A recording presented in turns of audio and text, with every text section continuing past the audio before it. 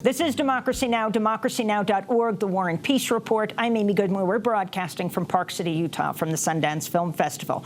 As we continue to look at the legacy of state violence in Mexico, now through the devastating story of the Ayotzinapa 43, the 43 students who disappeared in September of 2014 after they were brutally attacked and abducted by police forces in Iguala, Mexico.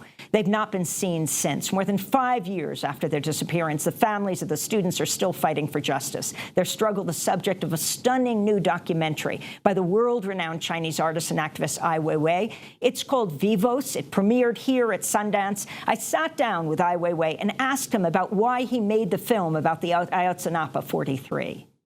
Well, it started with I was invited for art exhibition in Mexico. I was a bit hesitated because I don't know Mexico culture that much, and so I have to find a project which can get myself involved, and also to go different layers of the society, so I can learn the culture and what Mexican is about. So by chance, I found out there's 43 students disappeared. And that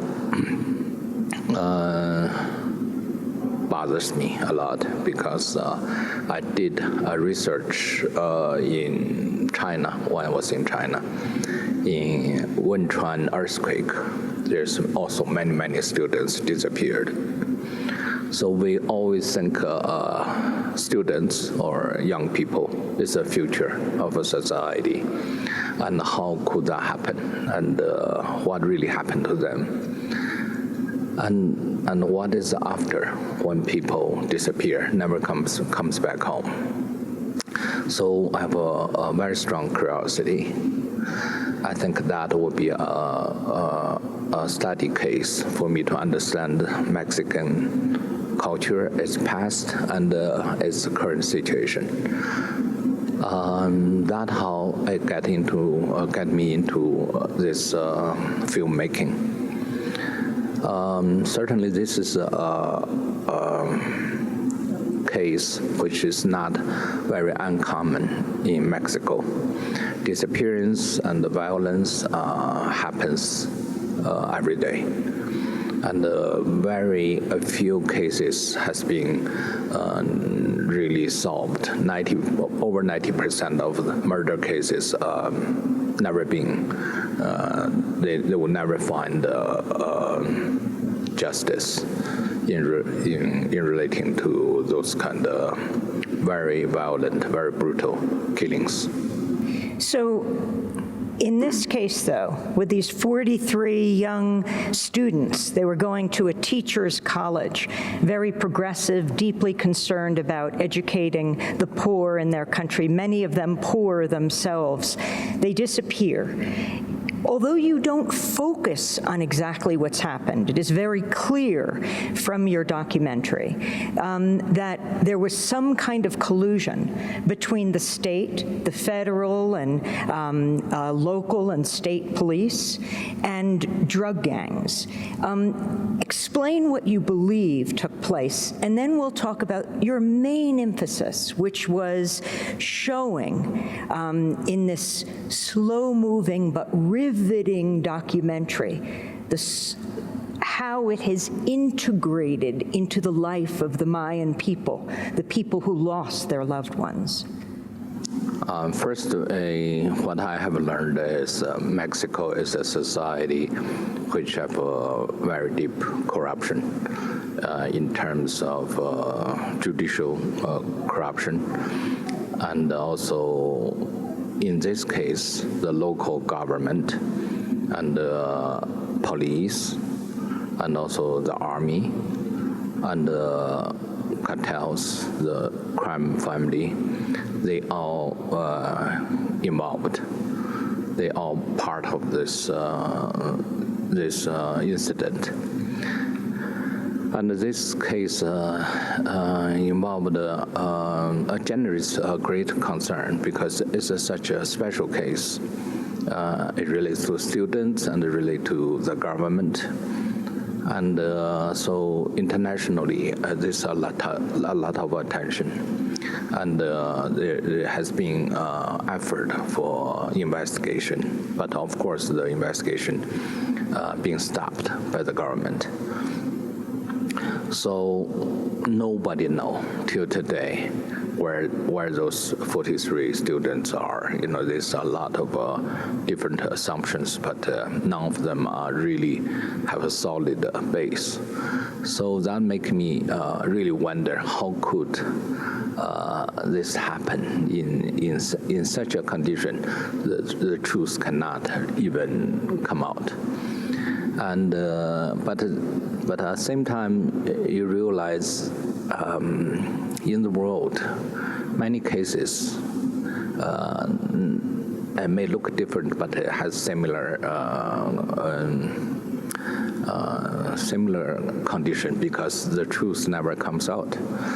And then what I concerned is not just what happened, but what really happened is when someone never comes back home and those people still alive, and the consequence of this kind of injustice would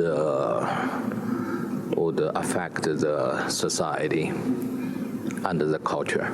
So that's why the film is not an investigation type of film, but rather to see the clear facts when children not come back home and who their parents are and what kind of effect when social justice is not achieved. So you talk about the state together with these drug gangs, what's believed took place, and the United States. Can you talk about the effect of the war on drugs on the people of Mexico, the so-called war on drugs?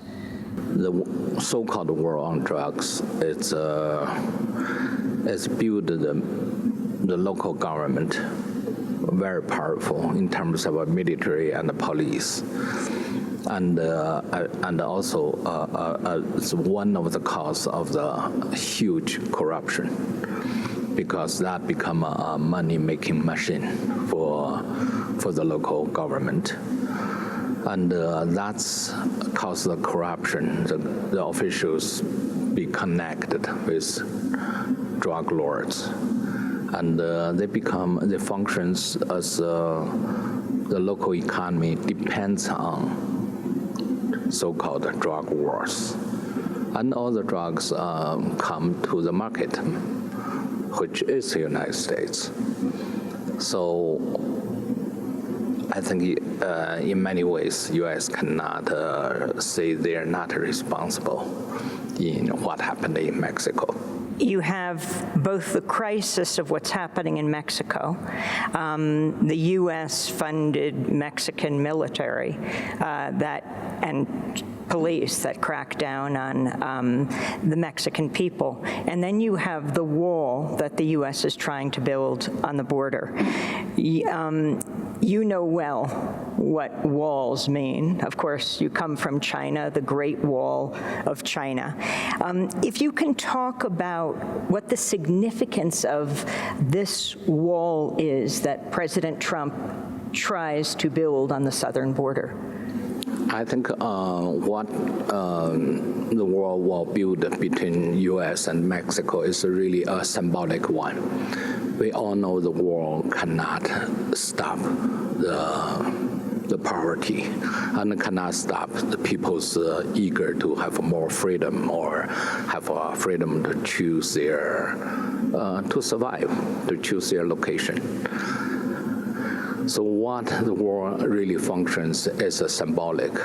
It's a war building in our mind and heart, and to refuse to bear responsibility, and refuse to share, and refuse to have a compassion with those immediate neighbor. And many of their poverty are caused by us. So in today, in this so-called globalization, and the U.S. or the West, it's prosper condition is very much based on explore the conditions of the undeveloped nations. The Mexican police, when they shoot those students, the gun they use is from Germany. And so many things you can immediately find traces of this rich nations profited from the property, from the people eager to make it. And this continues, and with China, with many other nations, they dump all the pollutions and all the impossible, inhuman, or no protection labor market into those nations, and at the same time, and they are not supporting the democracy in those kind of states because they know democracy will not make them so easy to be profited. You talk about Western nations profiting from areas that are less developed. You are making both your film, you've just finished your film in Mexico, and you're now making another film in Hong Kong. Explain what has brought you back to China, to Hong Kong, to do this film about the protests there. Hong Kong has started its protesting since last June. It's already lasting for over half a year. Every weekend, sometimes even in the weekdays, Hong Kong young people are trying to demand the freedom and to demand the Chinese government not to imply its authoritarian practice into Hong Kong. So that will be end of Hong Kong. So young people are very brave and very idealistic, almost like naive, because now gradually they become very educated. They know what kind of power they are facing, but they are so determined, nothing can let them back off. And this is a very beautiful revolution, I should say. It set a perfect example of the next generation and how they would fight with this kind of powerful state power. And but of course they have been crashed and people are missing, the body are found in the river, they jump out the window, and brutal cover up from the police part. And the Hong Kong, basically the leader from Hong Kong is a puppet of Chinese government. And the lady, she is refused any kind of conversation or real communication. And so this fight will continuously, it will going on. There's no way to solve it.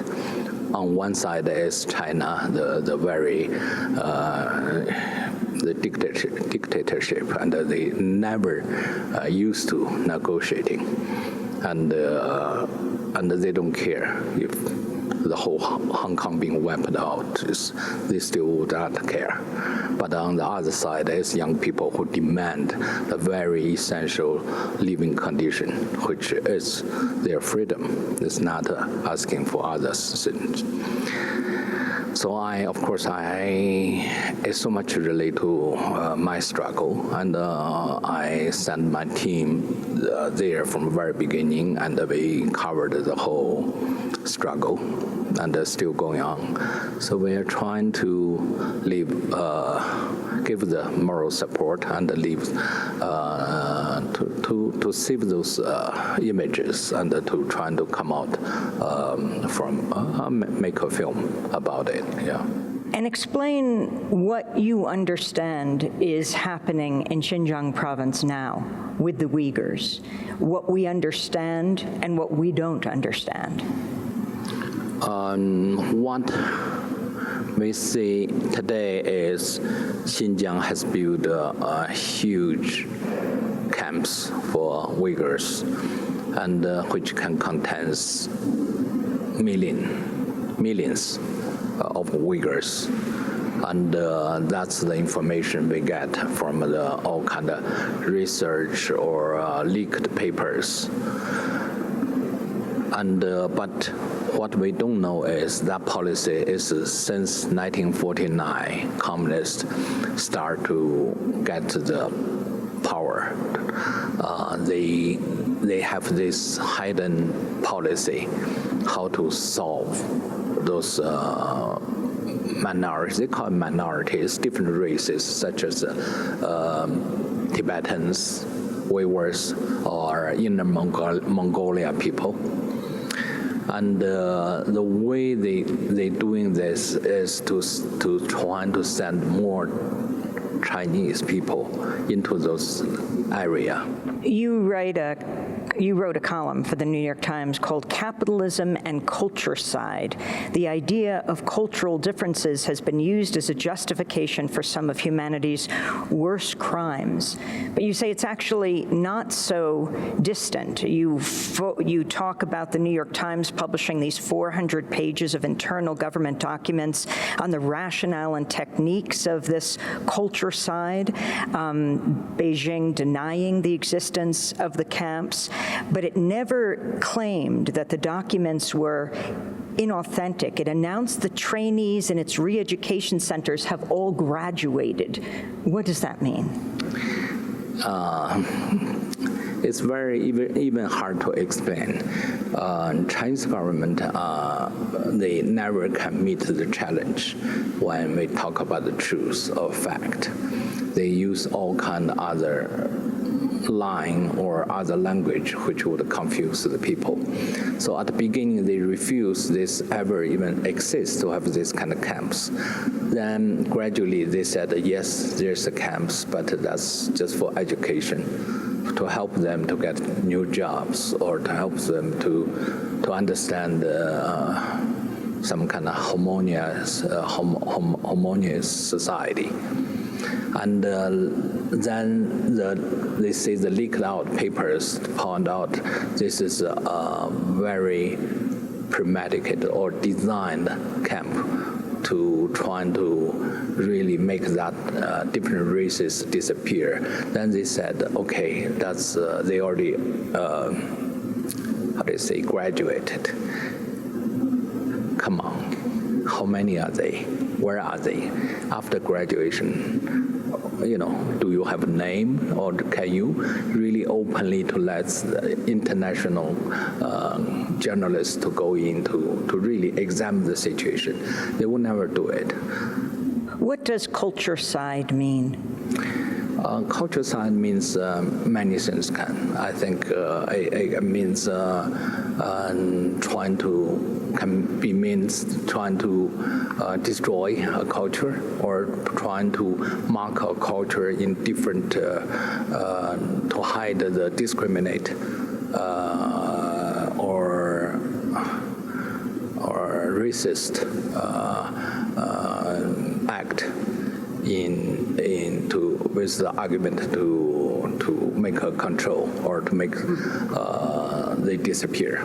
And you talk about how culturecide is converging with predatory capitalism. You say multinational corporations, including Volkswagen, Siemens, Unilever, Nestle, have factories there. Supply chains for Muji and Uniqlo depend on Xinjiang, and companies such as H&M, Esprit, and Adidas use Xinjiang cotton. We might ask, what is it about this remote place to which the emperors of old banish criminals in lieu of sending them to prison that makes it so attractive? Yeah, that's the question. In this globalization, the capitalism developed into the maximum speed or scale, which they would never imagine in the colonial time. So I think the capitalism really built the strongest possible relations with the authoritarian society. And in today, we call it borders, or it's not real borders. If we look at what those biggest company or corporations, how would they function, then we would realize so-called China and the U.S. war on economics, or how to call trading war, which is really just it's illusion. It's not really. It's not really possible because basically China has bought so much economic, benefit? Not only benefit, it's very much integrated with U.S. economy, the treasury and the bank, all those things there are Chinese investment in there. So you cannot even really say we can separate. Ai Weiwei, world-renowned Chinese artist and activist, his documentary Vivos premiered here at the Sundance Film Festival. To see our previous interview on his first documentary, go to democracynow.org. From Park City TV in Utah, I'm Amy Goodman. Thanks for joining us.